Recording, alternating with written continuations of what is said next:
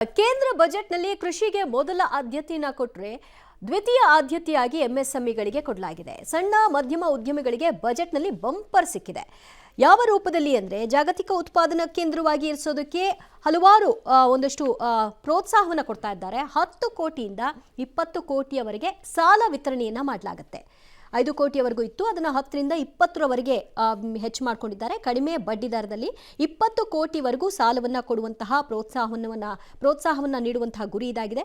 ಗ್ರಾಮೀಣ ಸಣ್ಣ ಉದ್ಯಮಿಗಳಿಗೆ ಆರ್ಥಿಕ ನೆರವು ಸಿಗುತ್ತೆ. ಸ್ಟಾರ್ಟ್ಅಪ್ಗಳಿಗೆ 10,000 ಕೋಟಿ ಅನುದಾನ ಸಿಗುತ್ತೆ. ಆಟಿಕೆಗಳಿಗೆ ರಾಷ್ಟ್ರೀಯ ಯೋಜನೆ ಗ್ಲೋಬಲ್ ಹಬ್ ಗುರಿಯನ್ನು ಹೊಂದಲಾಗಿದೆ. ಚರ್ಮೋದ್ಯಮಕ್ಕೆ ಉತ್ತೇಜನಕ್ಕೆ ಆದ್ಯತೆಯನ್ನು ಕೊಡಲಾಗ್ತಾ ಇದೆ. ಚರ್ಮೋದ್ಯಮದಿಂದ 22 ಲಕ್ಷ ಉದ್ಯೋಗ ಸೃಷ್ಟಿಯಾಗುತ್ತೆ ಅನ್ನೋ ಅಂದಾಜನ್ನ ಇಟ್ಕೊಳ್ಳಲಾಗಿದೆ. ಆಹಾರ ಸಂಸ್ಕರಣೆಗಾಗಿ ಬಿಹಾರದಲ್ಲಿ ಫುಡ್ ಟೆಕ್ನಾಲಜಿ ಸ್ಥಾಪನೆಯನ್ನ ಮಾಡೋದಾಗಿ ಘೋಷಣೆ ಮಾಡಿದ್ದಾರೆ. ಯುವಕರನ್ನ ಬೆಳೆಸಬೇಕು, ಉದ್ಯೋಗ ಸೃಷ್ಟಿಯಾಗಬೇಕು, ಈ ಮೂಲಕವಾಗಿ ಎನ್ಕರೇಜ್ಮೆಂಟ್ ಕೊಟ್ಟಾಗ ಮಾತ್ರ ಸಾಧ್ಯ ಅನ್ನೋದನ್ನ ಅರ್ಥಿರುವಂತಹ ಕೇಂದ್ರ ಸರ್ಕಾರ ತನ್ನ ಬಜೆಟ್ನಲ್ಲಿ 10 ಕೋಟಿಯಿಂದ 20 ಕೋಟಿಯವರೆಗೆ ಸಾಲವನ್ನು ವಿಸ್ತರಣೆಯನ್ನ ಮಾಡೋ ಮೂಲಕವಾಗಿ ಎನ್ಕರೇಜ್ ಮಾಡ್ತಿದೆ. ಸೆಂಟ್ರಲ್ ಬಡ್ಜೆಟ್ ನಮಗೇನೋ ಹೋಪ್ಸ್ ಇಲ್ಲ. ಯಾಕಂದರೆ 1947ರಿಂದ 2014ರವರೆಗೂ ನಮ್ಮ ದೇಶದ ಸಾಲ 53 ಲಕ್ಷ ಕೋಟಿ ಸಾಲ ಇತ್ತು. ಈಗ 11 ವರ್ಷದಲ್ಲಿ ಸುಮಾರು 150 ಲಕ್ಷ ಹೊಸ ಸಾಲ ಮಾಡಿದ್ದಾರೆ. ಅಂದರೆ ಒಂದು 200 ಲಕ್ಷ ಕೋಟಿ ಸಾಲ ಆಗಿದೆ ನಮ್ಮ ದೇಶದ್ದು. ನಮ್ಮನ್ನು BJP ಸರ್ಕಾರ ಸಾಲಗಾರರಾಗಿ ಮಾಡ್ತಾ ಇರೋದು ಬಿಟ್ಟರೆ ನಾವೇನು ಎಕ್ಸ್ಪೆಕ್ಟೇಷನ್ ಏನೂ ಮಾಡಲ್ಲ. ಸುಮ್ಮನೆ ಮಾಧ್ಯಮಗಳಲ್ಲಿ ಇದರಲ್ಲಿ ಹೇಳ್ಕೊಳ್ತಾರೆ. ಆದರೆ ಪ್ರಾಕ್ಟಿಕಲ್ಲಾಗಿ ಬಡತನ ದೇಶದಲ್ಲಿ ಜಾಸ್ತಿ ಆಗ್ತಾ ಇದೆ.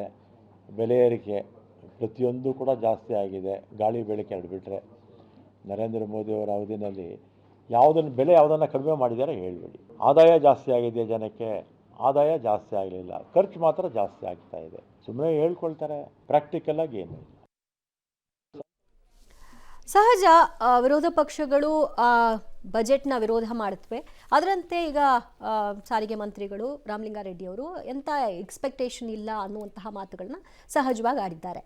ಆದರೆ ಇನ್ನು ವೈದ್ಯಕೀಯ ಕ್ಷೇತ್ರದಲ್ಲಿ ಯಾವ ರೀತಿಯಾದಂತಹ ಬದಲಾವಣೆಯನ್ನು ತಂದಿದ್ದಾರೆ, ಏನು ಲಾಭವನ್ನು ಪಡ್ಕೊಳ್ಬಹುದು ಅನ್ನೋದನ್ನ ಗಮನಿಸೋಣ. ವೈದ್ಯಕೀಯ ಕ್ಷೇತ್ರಕ್ಕೆ ಇವತ್ತಿನ ಬಜೆಟ್ನಲ್ಲಿ ಹಾಗಾದರೆ ಸಿಕ್ಕಿದ್ದೇನು? ಎಲ್ಲ ಸರ್ಕಾರಿ ಆಸ್ಪತ್ರೆಗಳಲ್ಲಿ ಡೇ ಕೇರ್ ಸೆಂಟರ್ ಅನ್ನು ನಿರ್ಮಿಸಲಿಕ್ಕೆ ಕೇಂದ್ರ ಸರ್ಕಾರ ಅಸ್ತು ಅಂದಿದೆ. ಇವತ್ತಿನ ಬಜೆಟ್ನಲ್ಲಿ ಅದನ್ನು ಘೋಷಣೆ ಮಾಡಿದೆ. 36 ಜೀವರಕ್ಷಕ ಔಷಧಿಗಳಿಗೆ ತೆರಿಗೆ ವಿನಾಯಿತಿಯನ್ನು ಮಾಡಿದೆ. ಈ ಮೂಲಕವಾಗಿ ಕಡಿಮೆ ದರದಲ್ಲಿ ಜನರಿಗೆ ಔಷಧಿ ಸಿಗುವಂತಹ ಪ್ಲಾನ್ ಇದು. 6 ಜೀವರಕ್ಷಕ ಔಷಧಿಗಳಿಗೆ 5% ಕಸ್ಟಮ್ ಡ್ಯೂಟಿಯನ್ನು ಕೂಡ ಅಪ್ಲೈ ಮಾಡಿರುವಂತಹದ್ದು. ವಿತ್ತ ಸಚಿವರು ಇದನ್ನ ಘೋಷಣೆ ಮಾಡಿದ್ದಾರೆ. ಹೌದು, 5% ರದ್ದು ಮಾಡಿದ್ದಾರೆ.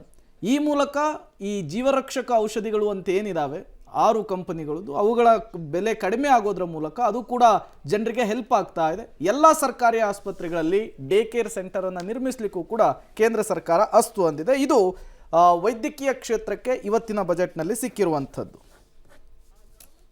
ನಾನು ಕೇಂದ್ರ ಸರ್ಕಾರದ ಬಜೆಟ್ ಅನ್ನೋ ವಿಚಾರದಲ್ಲಿ ಪೂರ್ಣವಾಗಿ ಅಧ್ಯಯನ ಮಾಡಿಲ್ಲ. ಅಲ್ಲಿ ಇಲ್ಲಿ ಸ್ವಲ್ಪ ಮಾಹಿತಿಯನ್ನು ಆಧಾರದ ಮೇಲೆ ಹೇಳೋದೇ ಆದರೆ, ಈಗ ರೈತರಿಗಾಗಿ ಕಿಸಾನ್ ಕಾರ್ಡ್ ಸಾಲದ ಮಿತಿ 5 ಲಕ್ಷಕ್ಕೆ ಏರಿಸಿದ್ದೀವಿ ಅಂತ ಹೇಳ್ತಿದ್ದಾರೆ. ನಮ್ಮ ರಾಜ್ಯದಲ್ಲಿ ಇದನ್ನು ನಾವು ಈಗಾಗಲೇ 2 ವರ್ಷದ ಮುಂಚೆನೇ ನಾವು ಏರಿಸಿದ್ದೇವೆ. ಇದು ಅವರು ಏರಿಕೆ ಮಾಡಿದ್ದೇವೆ ಅಂತಕ್ಕಂಥದ್ದನ್ನೇ ಹೇಳ್ಕೊಳ್ತಕ್ಕಂಥದ್ರಲ್ಲಿ ವಿಪರ್ಯಾಸ ಏನಿದೆ, 5,400 ಕೋಟಿ ರೂಪಾಯಿಯನ್ನು ಈ ಒಂದು ಬಾಬ್ಗೆ ಹಣ ರಿಲೀಸ್ ಮಾಡ್ತಾ ಇದ್ರು ಹಿಂದೆ. ಈ ಸರಿ 2,340 ಕೋಟಿ ಕೊಟ್ಟಿದ್ದಾರೆ. ಮತ್ತು ಇದು ಏರಿಸಿದೀವಿ ಅಂತ ಹೇಳಿದ್ಮೇಲೆ ದುಡ್ಡು ಕೊಡದೆ ಏರಿಸಿದೀವಿ ಅಂತ ಪೇಪರಲ್ಲಿ ಕೊಟ್ಟರೆ ಬರೀ ಸರಸ್ವತಿ ಪ್ರಸನ್ನ ಆದರೆ ಲಕ್ಷ್ಮೀ ಪ್ರಸನ್ನ ಆಗದೆ ಇದ್ರೆ ರೈತರಿಗೆ ಏನು ಅನುಕೂಲ ಆಗುತ್ತೆ? ಅದರಿಂದ ಇದು ಸುಮ್ಮನೆ ಈ ರೈತರಿಗೆ ಮೋಸ ಮಾಡ್ತಕ್ಕಂಥದ್ದು, ರೈತರನ್ನ ತಪ್ಪುದಾರಿಗೆ ಅವರಲ್ಲಿ ತಪ್ಪು ಅಭಿಪ್ರಾಯ ಮೂಡಿಸುವಂಥ ಕೊಡುಗೆ ಇದು ಅಂತಕ್ಕಂಥದ್ದು. ಇದನ್ನು ನಾನು ನಿಜಕ್ಕೂ ಕೂಡ ಖಂಡಿಸ್ತೇನೆ. ನಾನು ಇವರು ದುಡ್ಡು ಕೊಡದೇನೆ ಇಲ್ಲಿ ಮಿತಿ ಹೆಚ್ಚಿಸ್ಕೊಂಡು ಹೋಗ್ತೀವಿ. ಎಲ್ಲಿ ಬರ್ತದೆ ದುಡ್ಡು? ಏನು ಕೋಆಪರೇಟಿವ್ ಇನ್ಸ್ಟಿಟ್ಯೂಷನ್ಸ್ ಏನು ಪ್ರಿಂಟಿಂಗ್ ಮಿಷನ್ ಇಟ್ಟಿದ್ದಾವ ಇವು? ಇಲ್ಲಿ ನೋಡಿದ್ರೆ ಇವರು ಬರೀತಾರೆ, ಕೇಂದ್ರ ಸರ್ಕಾರದ ಸ್ಪಾನ್ಸರ್ಡ್ ಸ್ಕೀಮ್ಸ್ ದುಡ್ಡೆಲ್ಲ ನೀವು ಕಮರ್ಷಿಯಲ್ ಬ್ಯಾಂಕಲ್ಲಿ ಇಡಬೇಕು, ಶೆಡ್ಯೂಲ್ಡ್ ಬ್ಯಾಂಕ್ ಅಟ್ಲೀಸ್ಟ್ ಹೋಗ್ಲಿ, ಬೇರೆ